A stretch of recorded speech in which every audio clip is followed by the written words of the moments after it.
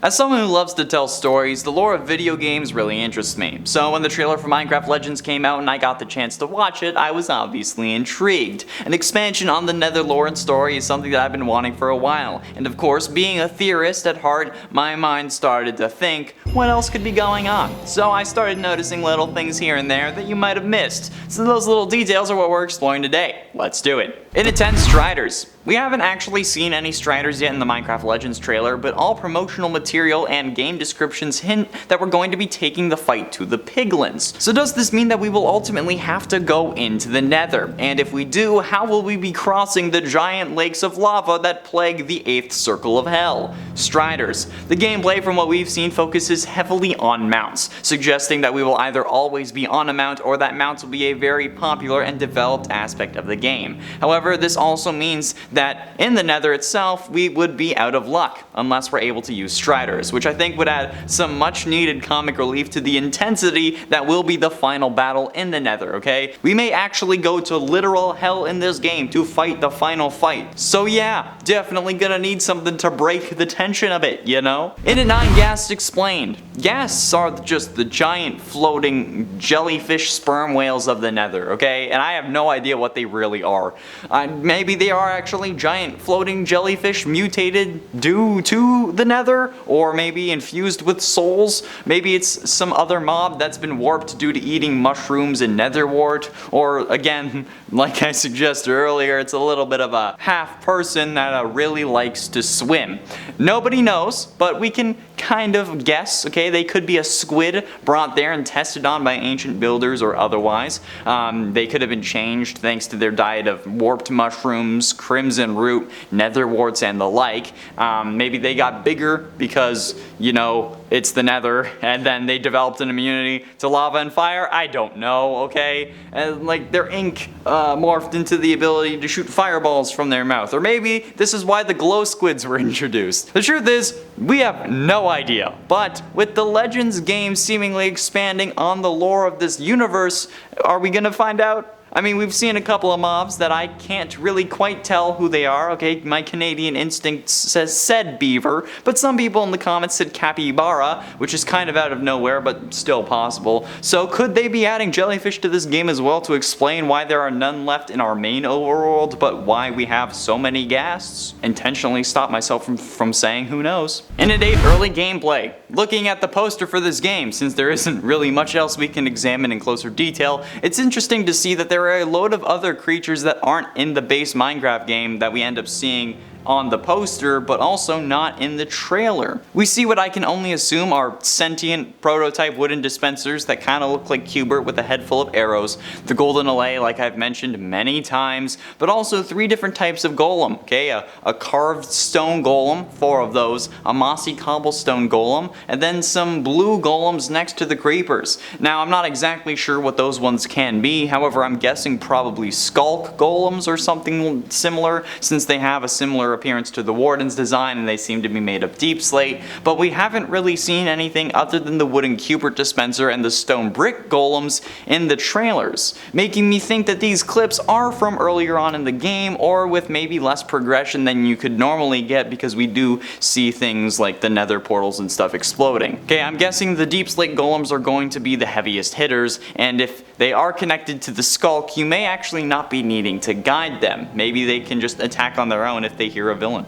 In at 7, inspired by Fallen Kingdom. You see, the first thing I noticed in these trailers was the Piglin invasion, and it reminded me of a very old series of Minecraft music videos, a saga, if you will, by the one and only Captain Sparkles, aka Jordan Moran.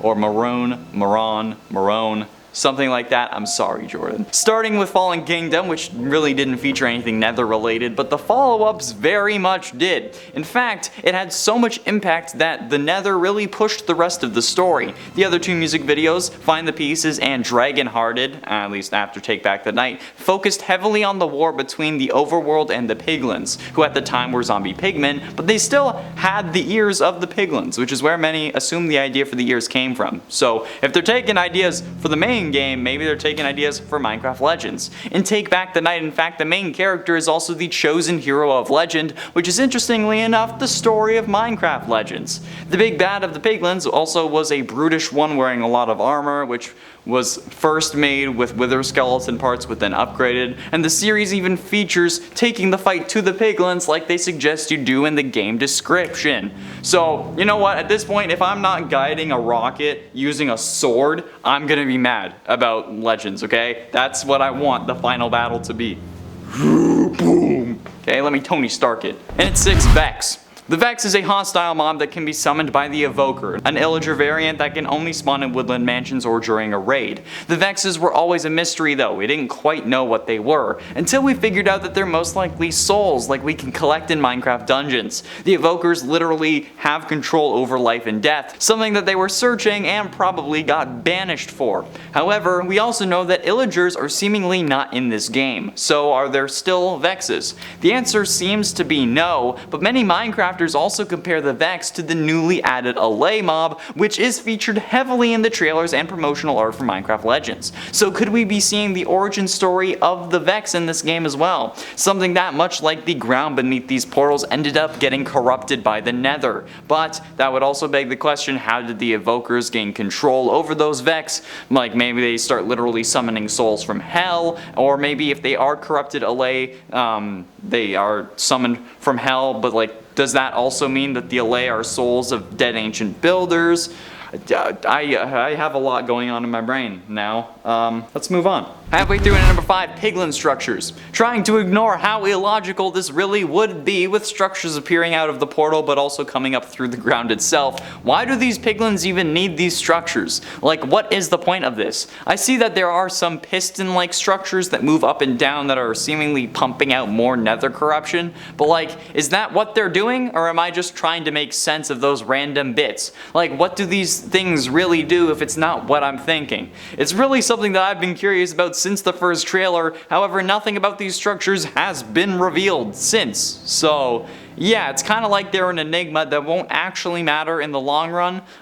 Maybe they're just there to fill up space and make your screen shake every so often so things feel more intense. Wait a minute, that actually kind of makes sense. In at 4, the Warden came from the Nether. This is definitely a wild one, but hear me out. This is probably not the case, but I gotta have some fun sometimes, right? Energy, yeah! Whoa! Punches! What put me on this path was actually thinking about the wither skeletons. MapAt and others on Reddit have proposed the idea that maybe these are bodies of fallen builders, buried in or absorbed by the soul sand that we know has faces of screaming souls trapped inside. The skeletons could have been left over, then burnt from the harsh climate of literal hell, or maybe the blazes found in the nether fortresses that we also find the wither skeletons in. I mean, like, having to fight off the reincarnated burnt skeletons of your former friends is already terrifying, but could this also be how they discovered the unique properties of soul sand, and then it leads them to accidentally summoning the wither after too many failed attempts at bringing their lost friends back?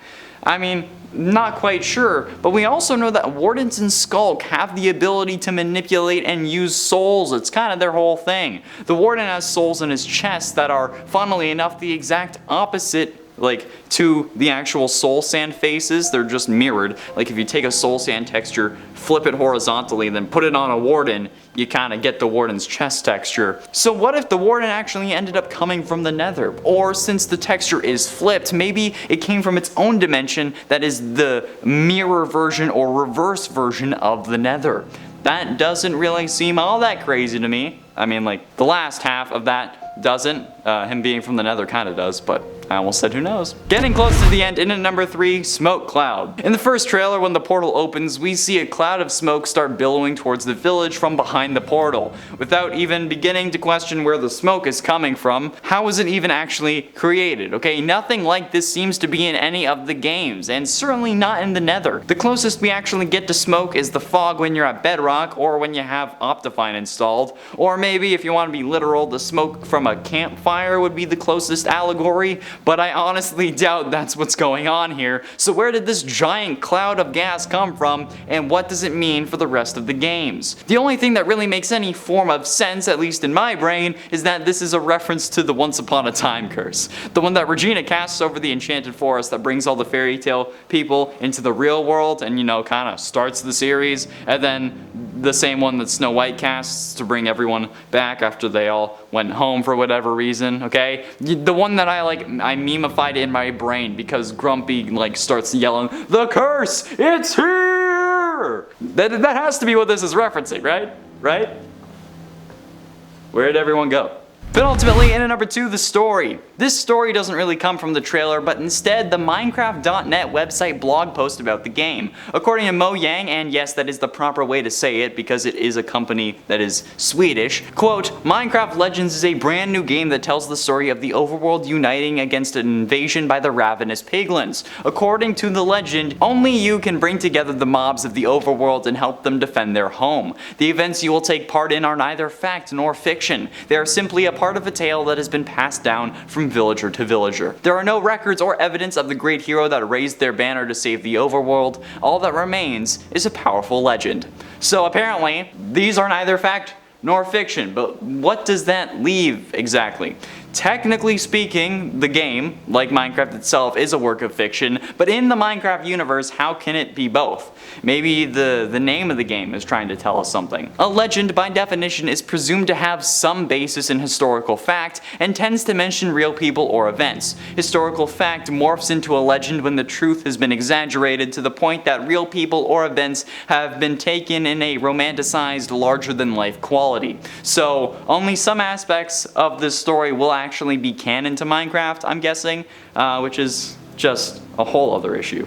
That's a whole other video. And finally, in at number 1, PvP. After Nintendo Direct's mini trailer for Minecraft Legends, we did get to see 27 seconds of gameplay footage. However, this time, again, the detail isn't actually in the trailer, but this time it's in a tweet. After the trailer was released, the Nintendo of America Twitter shared the clip online saying, quote, experience the Minecraft universe in a whole new way when Minecraft Legends comes to Nintendo Switch in 2023. Explore biomes, harvest resources, team up with or against friends, and defeat the ravaging piglins in this new action strategy game. Okay, the key word here being or against. So, maybe if you're playing with friends, you'll be operating different armies. Or will the other players actually get the chance to play as piglins in a sort of Left 4 Dead 2 style versus match? That would certainly be a fun game mode. I mean, there isn't really much info on this other than the tweet and the suggestions and like the other descriptions that Legends accounts have retweeted and posted about. So yeah, it's certainly something to think about, and I really hope this is a thing because that's going to be fun. That's all the time we have for today, friends. Thank you all so much for watching. I have been, and Charlemagne Monroe, and I'll see you in another video. I'll have the crown back and stuff next time. I'm sorry.